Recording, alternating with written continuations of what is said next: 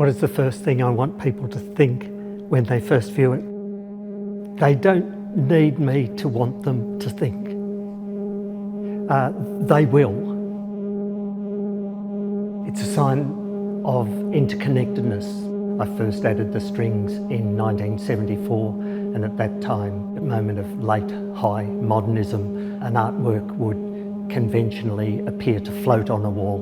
The means of its support would not be shown. Part of the breakthrough in my work was arriving at a blank canvas and thinking that that was the end of things, but realising in fact the so-called blank canvas may be on a so-called blank wall, but they are all connected.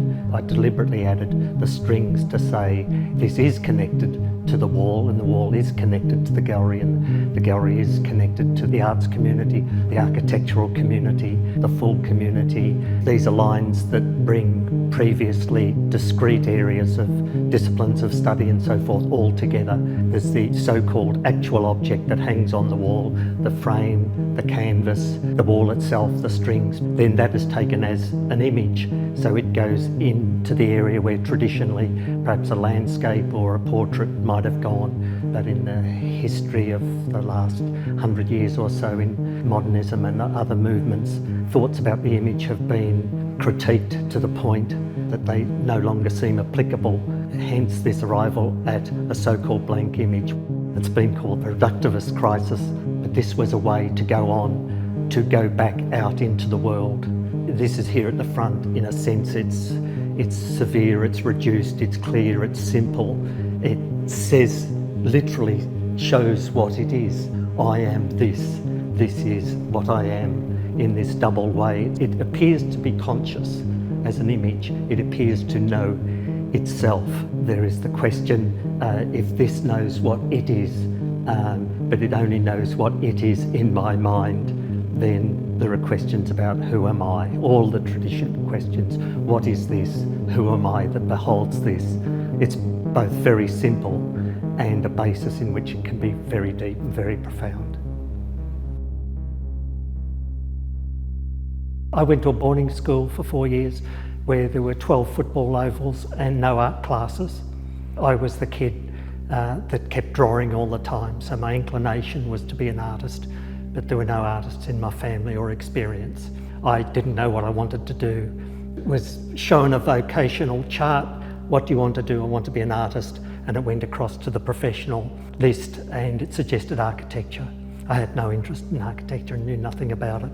So I did 2 years there. It was a 6-year course. At the end of second year, I knew I wasn't going to be a great architect, even if I got through, so I took a formal year off from studies. In that year, I moved to Fosterville and just painted flat out for the whole year. At that stage, it seemed to me that a certain kind of abstraction was what was capturing the interest in Melbourne at the time, so I kind of entered in there. I started making my own works. Patrick McCackey was introduced to me at a very early stage, and he gave me some really good advice that when I became visually literate, I would recognise the influence of others in my own work and would be able to remove that, which I did to the extent that I got to a blank canvas. The breakthrough was with this work, which came perhaps half a year after I thought I'd got to the end.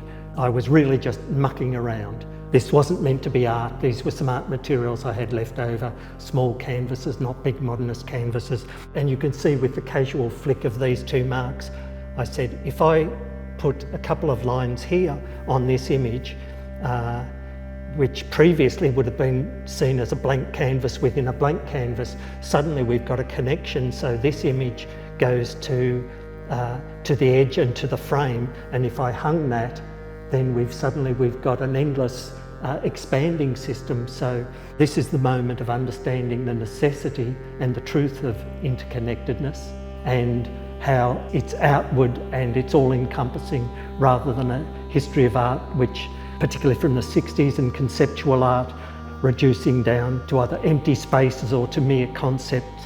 Suddenly this line took us out into the matrix and to the embrace of the whole world again.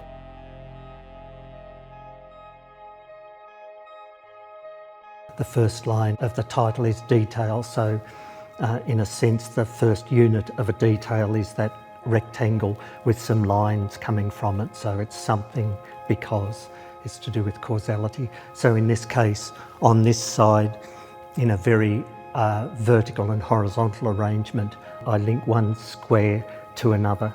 So one would be like this with a something because, and it meets something because, and they come together as a new detail.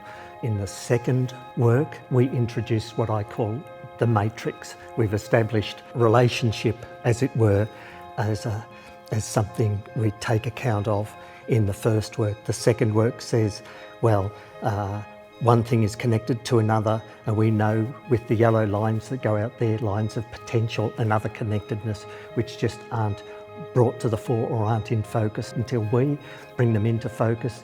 And the matrix says this is an exponential, unbounded interconnectedness and interdependency of all things. In the next work, which is on 2 panels, there's a fracture in the relationship.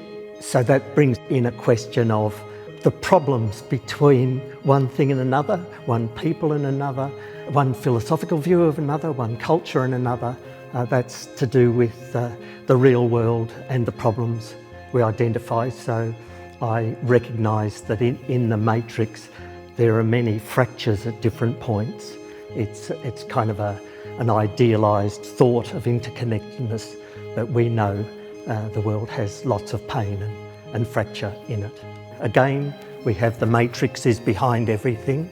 Some of it has been brought out around the edges. That's to do with the frame and the history of the frame and how we frame things. Even a frame, a simple line, is contained of many points, each of which is a matrix in itself, but even the phrase in itself is incorrect because there is no contained selfness or entity with anything. A favourite quote of mine in relation to this, and long preceding it, James Joyce in his famous book Ulysses, there's a line in there in which he says, unsheathe your dagger definitions. Hoarseness is the whatness of all horse. Unsheathe your dagger definitions, meaning the dagger is out of its sheath. It's a dangerous weapon. It's in the world. Definitions are problematic. They're like daggers. He then gives an example. Hoarseness is the whatness of all horse. So we've got nesses there, meaning things in themselves, but it's obviously a kind of a crazy loop. This is how we function. If we look up the word definition in the dictionary, we find a description of many words, each of which we have to look up in the dictionary. And suddenly the word definition breaks down. This is a model of a gallery that was very important in Melbourne, very important to my generation. The name of the gallery was Art Project. It was founded by John Nixon, fellow artist of a similar age, part of a generation of artists in Melbourne. It was in Lonsdale Street in an old building that is no longer there. It ran for 6 years from 1979 to 1985. Among those who showed there were John, Jenny Watson, Mike Parr, Imance Tillers, Jill Orr, John Davis and Robert Jacks. This is a model of the largest of the 3 rooms, and it was exhibited at the time inside the room that it represents, inside here. So there's a separate exhibition which still continues within this room, and at the time there were, on the 4 walls around it, there were other works, some of which are in this exhibition, in particular the slave guitars, and puppet culture framing system is one of my framing devices. And in this case, this is a model both of the puppet culture framing system. So if we look down to the base, you see the white diagonal. That could be viewed, if it was turned upside down, as the cross of a puppet master, the marionette's cross. When it becomes a slave guitar, it's the strings or whatever are brought into the bridge. You can imagine that as the bridge of a guitar. And so this becomes a 3-dimensional architectural model of a kind of like an architecture guitar. I refer to these in other works as the slave guitar. So this is to do with power and harmony and discord, which are both musical terms and in social terms of society. In the exhibition that continues inside, in the centre of the room is a black square, and so the black square relates to a Russian artist Malevich, who in 1915 painted a black square, and that became such it's like the monolith in 2001: A Space Odyssey.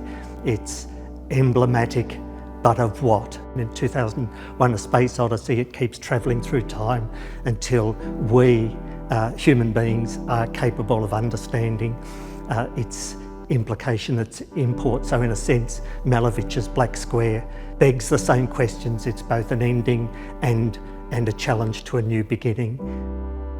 On the walls around it, we have the ideogram, a very simplified form of the ideogram that I've talked about before, something because.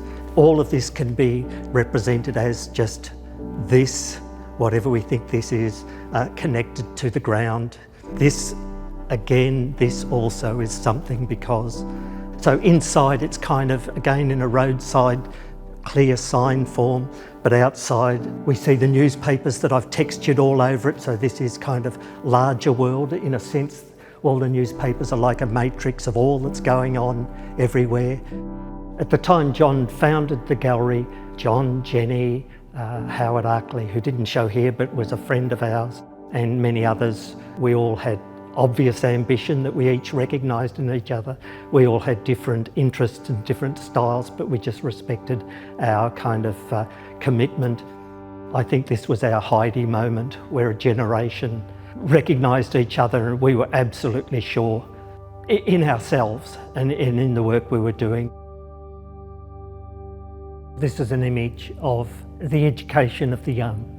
We see a very heavy traditional frame, and inside it we see the bonding, specific bonding detail I've talked about before that represents the individual who is regarding something and the object that they regard. And in this case we see in front of a group of children some adults, and it's obviously an introduction to art. Some people have said in the past that artworks speak for themselves, that some people resent being given information. They say, no, the work speaks for itself. But I've already critiqued that, saying, well, there is no itself. The work, so-called, is a result of consequences. It's only on the wall because certain people have decided it should be on the wall and so forth. So I take the opportunity that traditionally is afforded to the artist to give my title to the work. The title is an unusual one. It's a 3-line title, then there's a break, and then there's a 4th line that comments on the first 3. So the first line is the most radical, and it's the simplest but also the largest. The first line is detail, a lowercase detail. So if one looks to the label to get some information, so what is a detail of what? It doesn't say it's a fragment, it doesn't say it's a piece, it says it's a detail, and detail implies it is a part of something larger. And we've already discussed the matrix. It's a part of everything, but specifically the second line says, included in that detail, a person looks at a work of art. That's the second line. But some people may say, yes, but that's not a work of art because I know what a work of art is, and that's not a work of art. So the third line still brings the viewer and the object that they view together, but in a less loaded, lower temperatured way. The third line is someone looks at something. It's hard to refute.